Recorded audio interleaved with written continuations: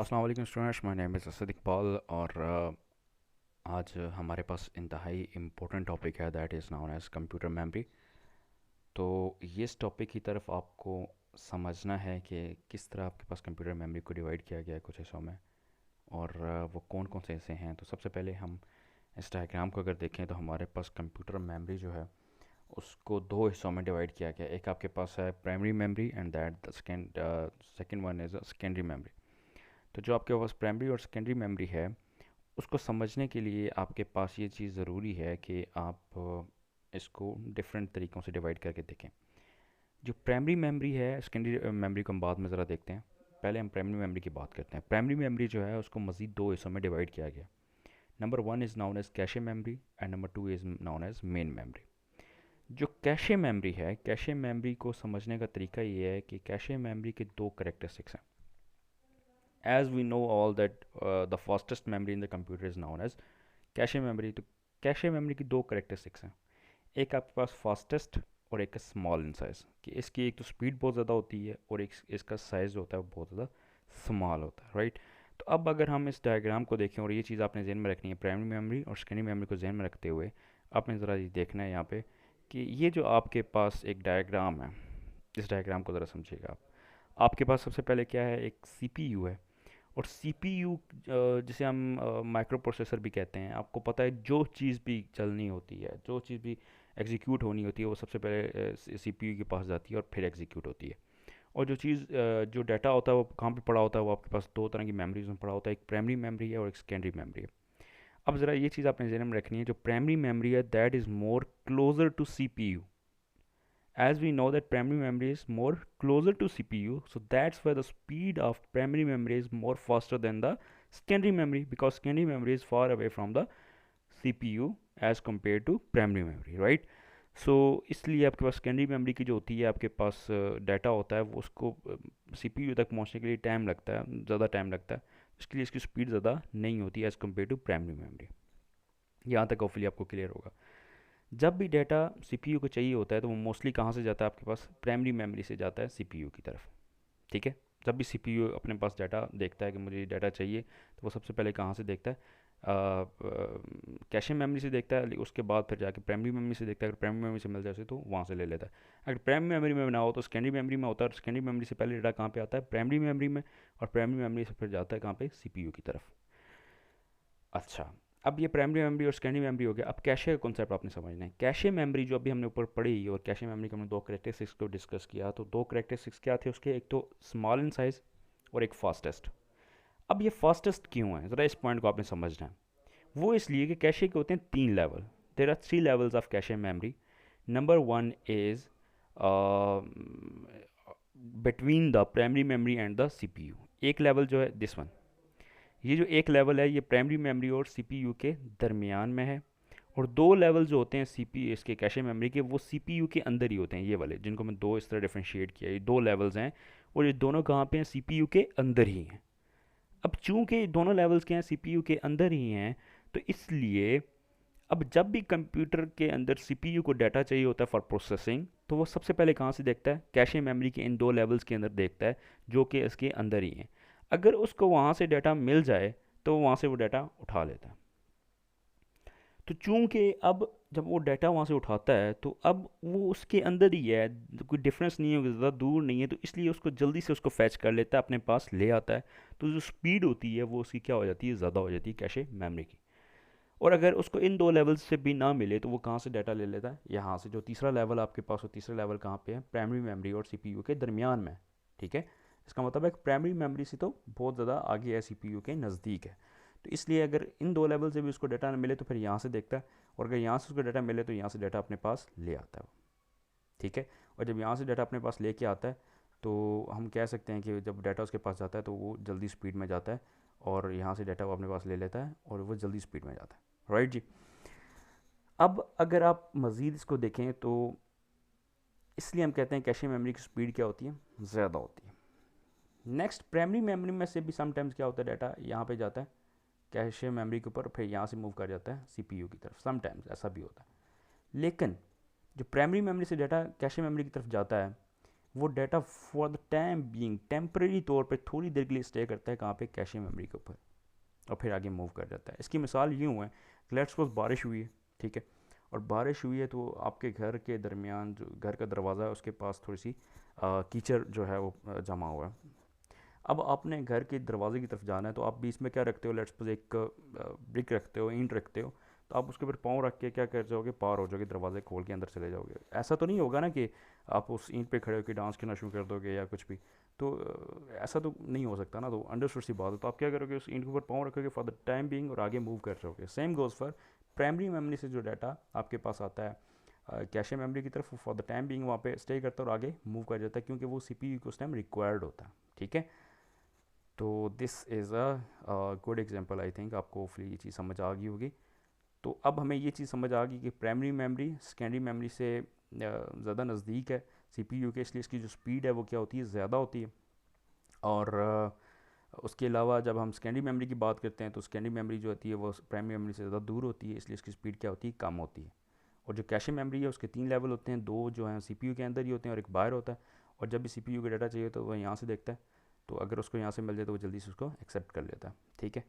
तो अब हम ज़रा मज़ीद आगे चलते हैं। ये चीज़ होपफुली आपको समझ आ गई। कंप्यूटर मेमोरी को 2 हिस्सों में डिवाइड किया गया, प्राइमरी मेमोरी, सेकेंडरी मेमोरी।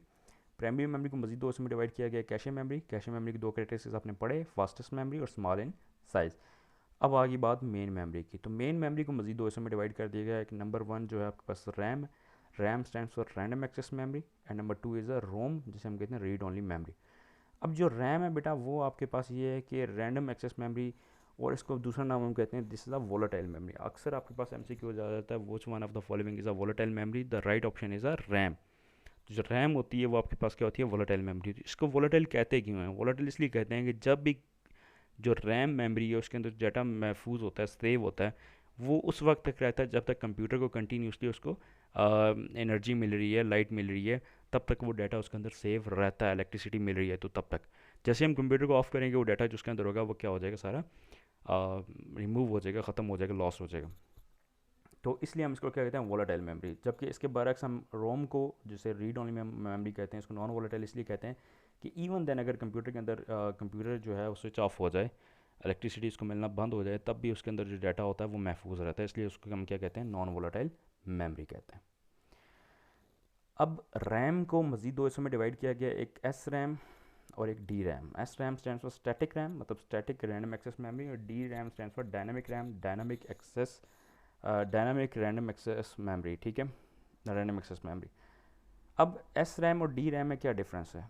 जो एस रैम है और D RAM, basically D RAM के अंदर क्या होता है, आपके पास ट्रांजिस्टर और कैपेसिटर्स का इस्तेमाल करते हैं, और ये जो मेमोरी सेल्स होते हैं वो छोटे छोटे होते हैं, उनको कंटिन्यूसली इलेक्ट्रिसिटी चाहिए होती है ताकि उसके अंदर डाटा क्या किए रखें, स्टोर किए रखें।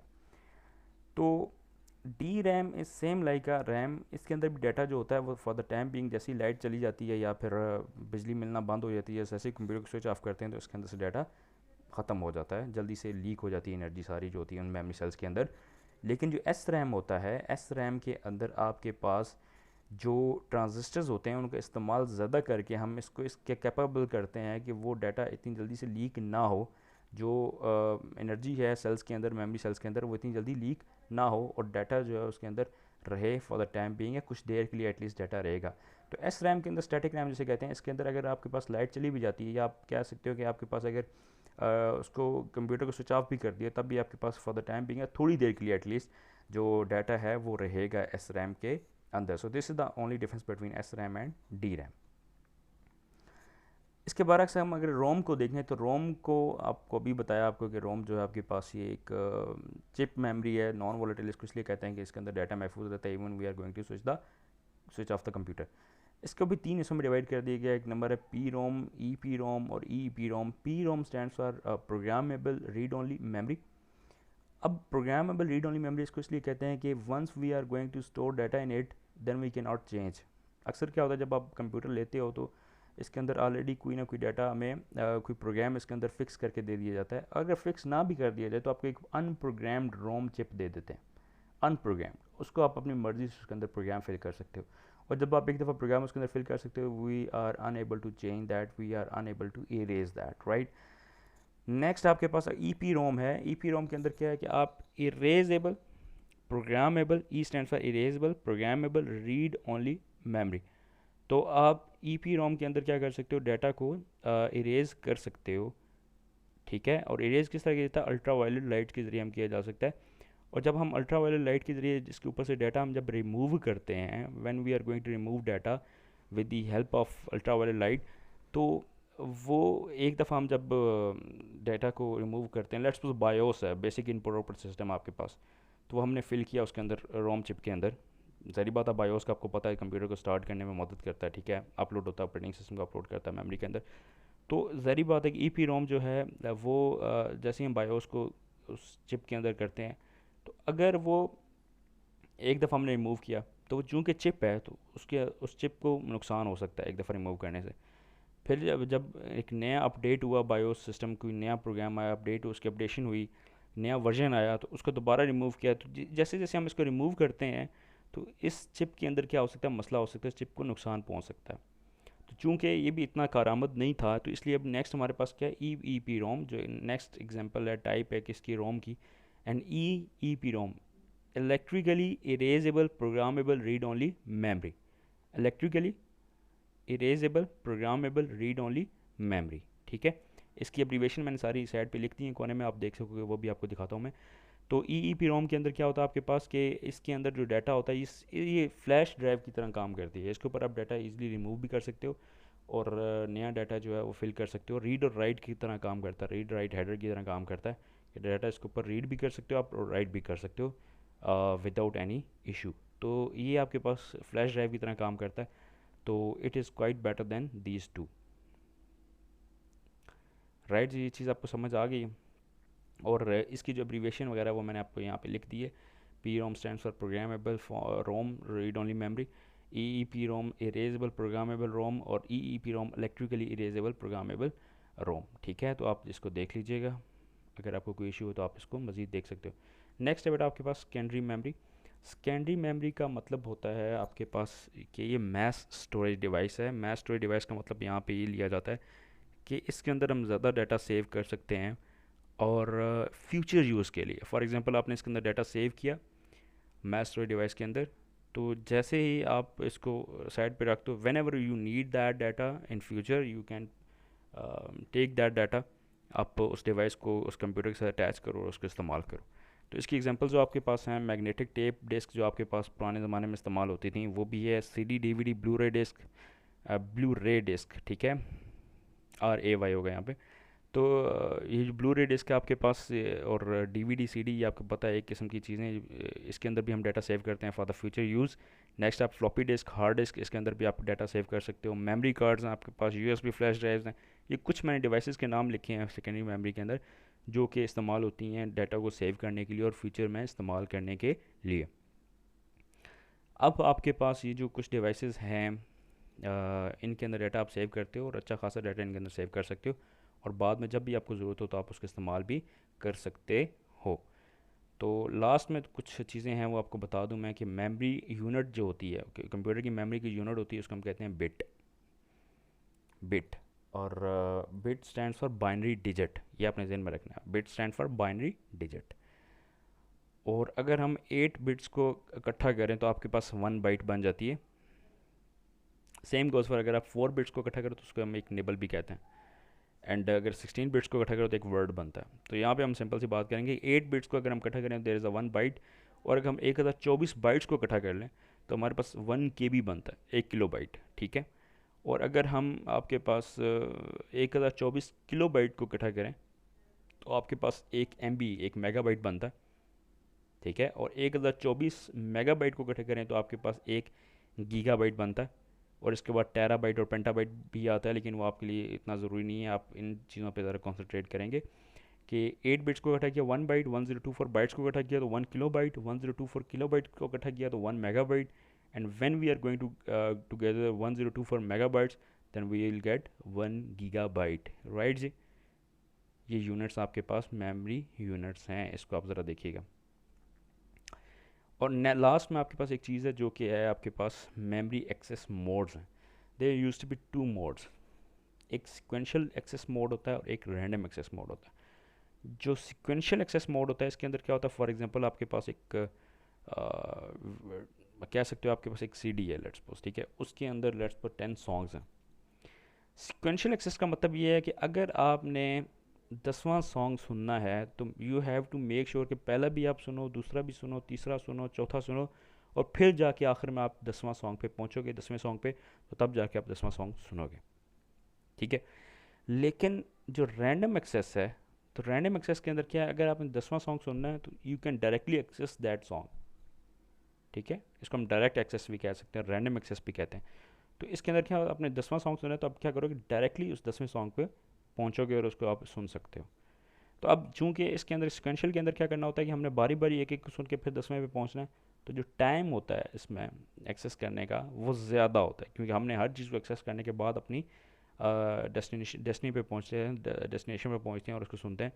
जबकि रैंडम एक्सेस में क्या होता है, जो हमारी डेस्टिनेशन है उस पर हम डायरेक्टली भी पहुंच सकते हैं, इसलिए जो एक्सेस टाइम है वो सिक्वेंशियल में क्या है, ज़्यादा है, और रैंडम में क्या है, कम कंसिडर किया जाता है।